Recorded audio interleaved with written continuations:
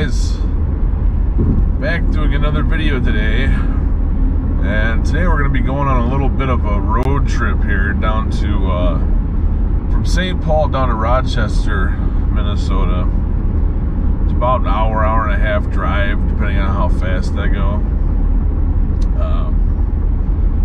We're going to be looking into something I was completely unaware of until I was doing the research, is the Brom family tragedy. And back in February of 1988, David Brom murdered his mother, father, little brother, and little sister with an axe in their home the morning after David had an argument with his father over some music that he had been listening to. So we're going to head down there and we're going to look at some of the sites that are associated with David Brom. Like we're going to go to the house that the Brom family was living in and retrace David's steps throughout the day and a half that he was at large until police caught up with him and arrested him. So it's pretty early in the morning here. Wanted to get an early start. So about hour and a half, I'll turn you back on once we get to our first little stop down there in Rochester, and we'll go from there. See you then. Okay guys, so here it is. Here's the Brom murder house. It's private residence and people live here, so I'm not going to hang around too long and invade their privacy. So there it is. Alright guys, yeah, I didn't want to stick around too long there. There's family that lives there, and on a regular basis, I guess, I hear that plenty of people come around that want to see the murder house, so didn't want to be invasive in anyone's privacy. But another thing about that house, though, is that after the murders, there have been reports over the years, and I found a couple of different news articles where police have been called out to the house due to paranormal activity. I found one article in the Post Bulletin, which is the local Rochester newspaper, who describes what she said as there's crashing noises as if someone was breaking into her house. One of the residents, after hearing this, she called the police. The police show up and find nothing. And they had the reporter who came out to ask some questions. The woman didn't want to talk about it, so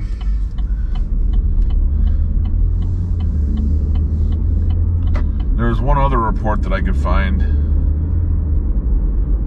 about that, but it didn't give any more information than the one from in that original article I found in 20. It was from 2012. So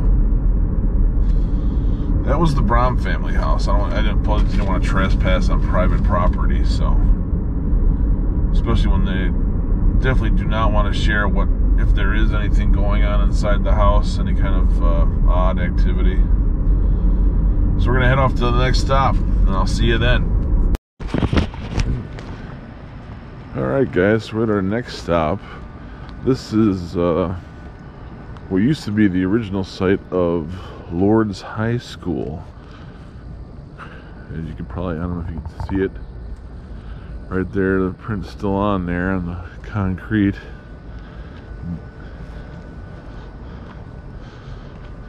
The high school moved to a different location when they needed to get more room. They had so many students, they had to get a new building. So right now the high school is just empty. The Mayo Clinic is using it for one of their parking lots, like a shuttle site.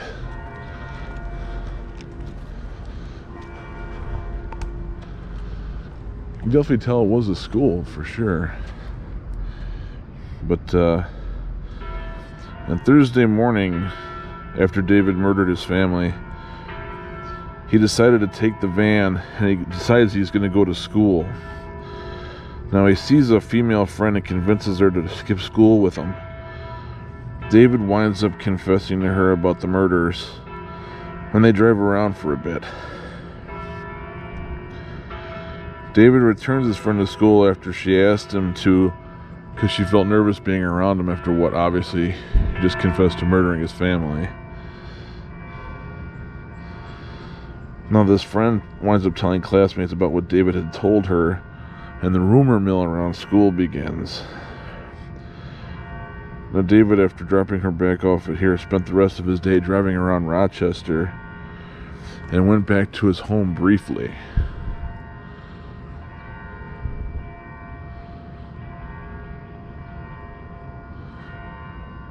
So here it is, Lourdes High School, or the former site of Lourdes High School. Off to the next stop. Alright guys, so now after spending the day around Rochester, about 5:30 p.m., Olmsted County Sheriff Deputy Kevin Torgerson is dispatched to the Brom family home after people from the high school, which I just showed you, had called to inform authorities about what David's friend had said about what happened to his family, about the confession of murder. Now, after arriving here, he finds that the doors to the home are unlocked, but not open, and he calls for backup for safety's sake. And then Deputy Mike Braley, I hope I'm pronouncing that right, arrives a few minutes afterwards, and both go into the house. They find the bodies of the Brom family on the second floor of the house. The mother and the sister, I believe, were found on the second floor landing. And Ricky, his brother, was found in his bed, and his father was also found in his bed. Now, David had one older brother, Joseph Brom. He survived because he had graduated high school and was living and working on his own. So he obviously wasn't there at the time. And we're going to head off to the next stop, which has something to do with Joseph. Alright guys, we're here in downtown Rochester. And right here at the site of where Joseph Brom had worked. At the time, back in 1988, this was a place called Henry Wellington's Restaurant. And not long after the discovery of the bodies at the Brom home, the police came here to inform Joseph Brom that his family had been murdered and that his brother David was missing. So here's the site of where Henry Wellington's used to be. And here's lovely downtown Rochester. Off to the next stop.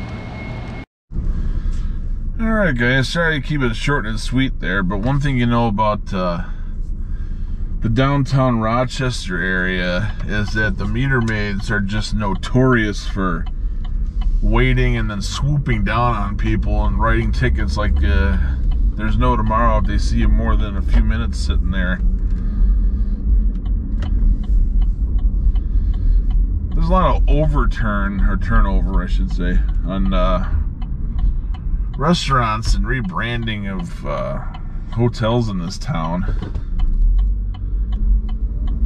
But right now we're going to the Northgate Shopping Center, which is where David was spotted by a former teacher. Figured I'd just keep filming just to show you guys what it's like here in Rochester.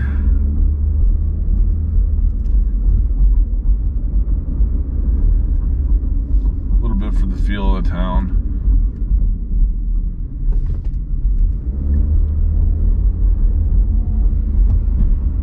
There's about 150,000, I think, people here. Third largest city in the state. And mostly that's because of the Mayo Clinic. I think they have something like, what is it, over 30,000 employees there.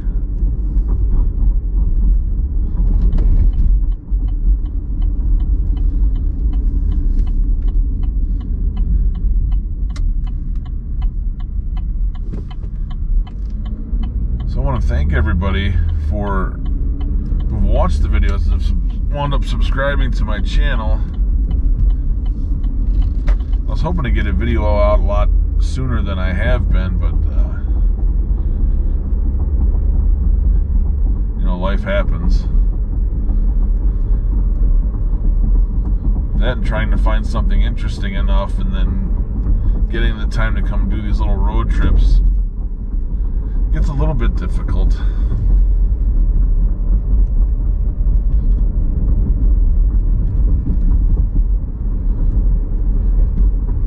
So hopefully it'll be faster the next time after done with this video. Hurry up and find something else to do. Maybe do another little road trip like this if I can't find something closer to home. So we'll see you in a few minutes. Alright folks, so here we are at Northgate Shopping Center. Like I said before, the significance of this place is that when David was running around town that Thursday into Friday, he came here, went to a store. I don't know what store or what the purpose was, but he was spotted here by one of his teachers. Now obviously after the murders, like I said before, he didn't go back to school. So one of the teacher that was here that spotted him had called to the school to just let them know that he'd seen David at the Northgate Mall. And I'm pretty sure it was just after that the officials at Lourdes High School called authorities to go do a welfare check on the family. But it was kind of weird that David was just in the family van driving on his own. So that's the one of the places here, so another place associated here with David Brom. Let's see, where we're gonna head next. Okay, we're gonna head back to where David Brom wound up after panicking after leaving here. We're gonna go to the place where he abandoned the van and hoofed it for the rest of the time he was on the loose. See you in a few. Okay guys, so we're here at the Methodist campus. It's another hospital that's part of the Mayo Clinic. Looks a lot different than it did in 1988, obviously. There used to be a parking garage here. So like I said before, after leaving the Northgate Shopping Center, David panics and comes here, parks in the garage that was here, and abandons the family van. And it wasn't until about 11 p.m. that night that security couldn't find the owner of the van inside the hospital, so they called police. And after running the license plate, found out it belonged to the Paulette Brom and Bernard Brom, David's parents.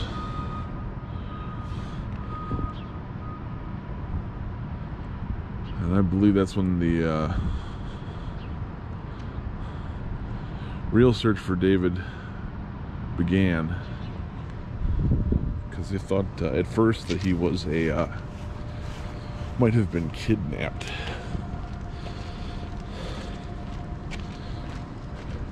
But I think after finding that van, he went from being possible kidnapping victim to being a suspect in this family's homicide.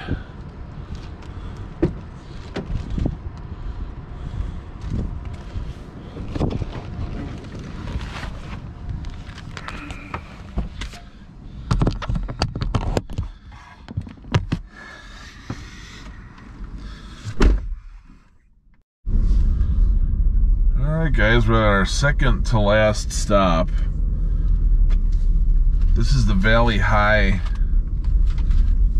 Post Office here in the northwest end of Rochester. And this is where David Brom wound up getting arrested. Now, after abandoning the car at the Methodist campus, David wound up spending the night sleeping in a culvert somewhere that Thursday evening. And then early Friday morning, he comes here and he's spotted at about 8:30 on February the 19th, 1988. And he came here to use a payphone. And one of the customers here recognized him because the alert the police had put out about David with his description. And that customer called the police.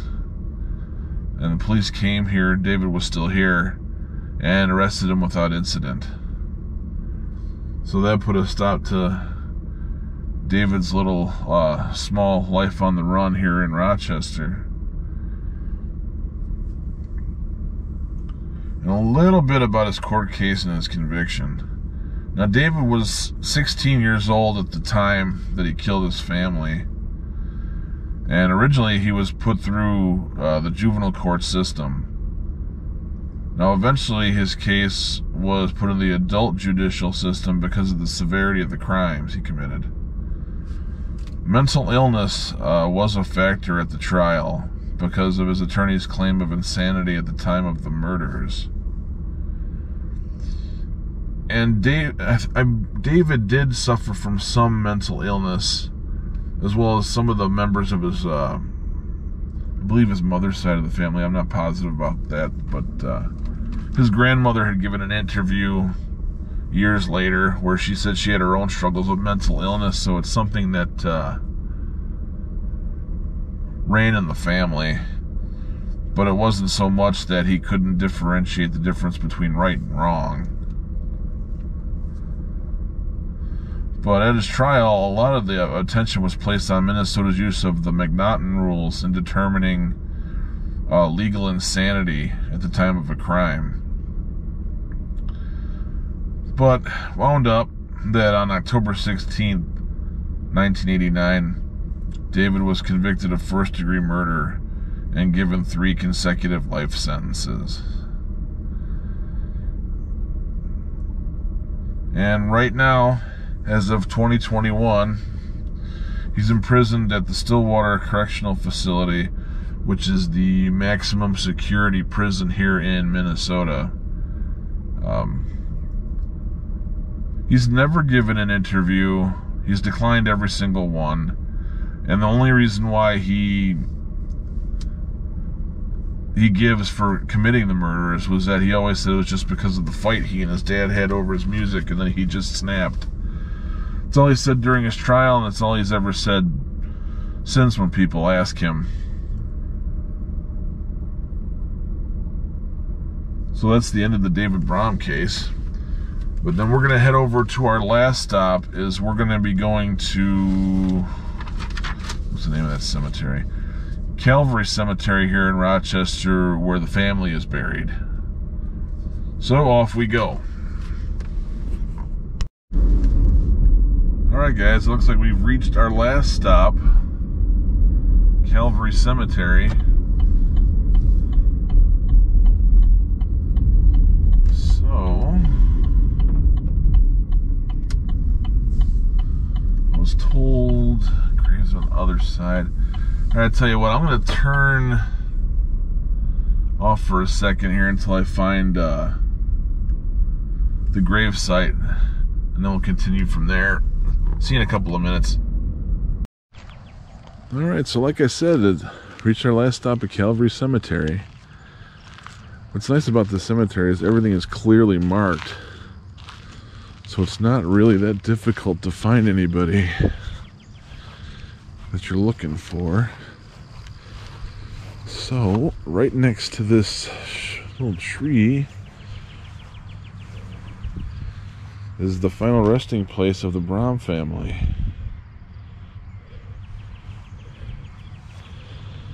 As you can see, there's people that leave stuff here. It's a little toy for Ricky. July 25th, 1976 to February 18th, 1988. Sister Diane. April 10th, 1974 to February 18th, 1988. So we left a rock, a coin, flowers. Then this is unusual. I've never seen a grave like this before. You have two on one side, two on the other.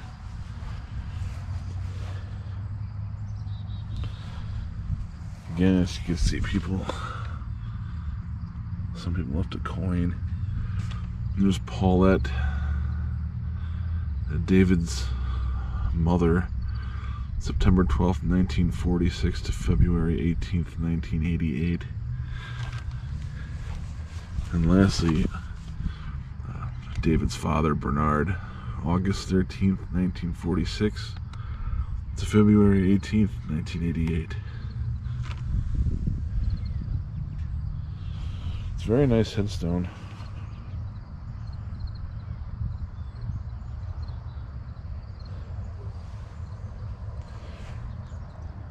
It's a very nice cemetery, very well laid out. You know, when I do these videos, most cemeteries, it's just really hard to find anybody, even if you got a pretty accurate location. Here they have all the plot markers marked out. You see section 20, 21, 15.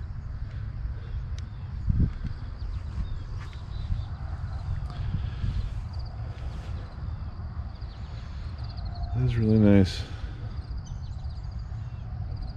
that they're all together in one spot.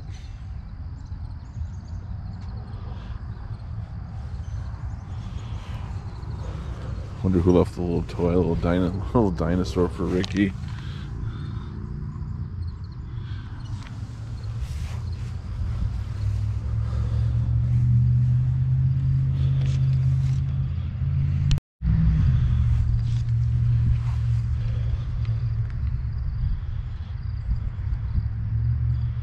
And Bernard was 41, Paulette, same age,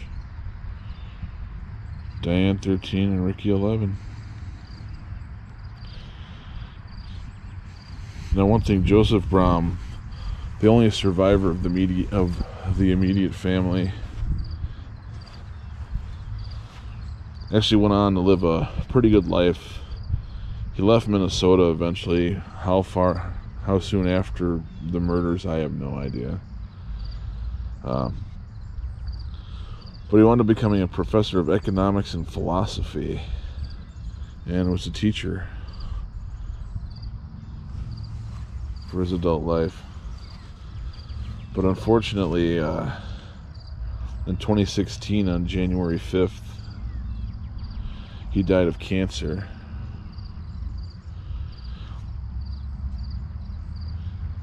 And he was buried in his town where he lived in Wintersville, Ohio.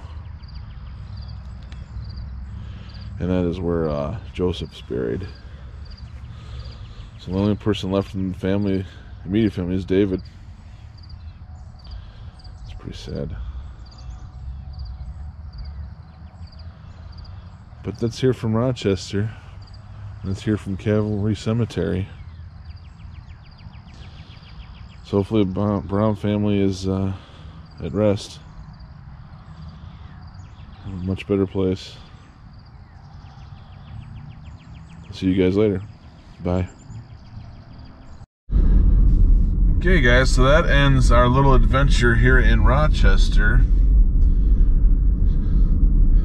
I'm gonna stop and grab something to eat. And head on back to my house. It'll take about an hour and a half to get there, and hurry up and edit this video as quickly as possible and get it up for you guys to watch. So thanks a bunch for coming along with me today, and I'll see you next time.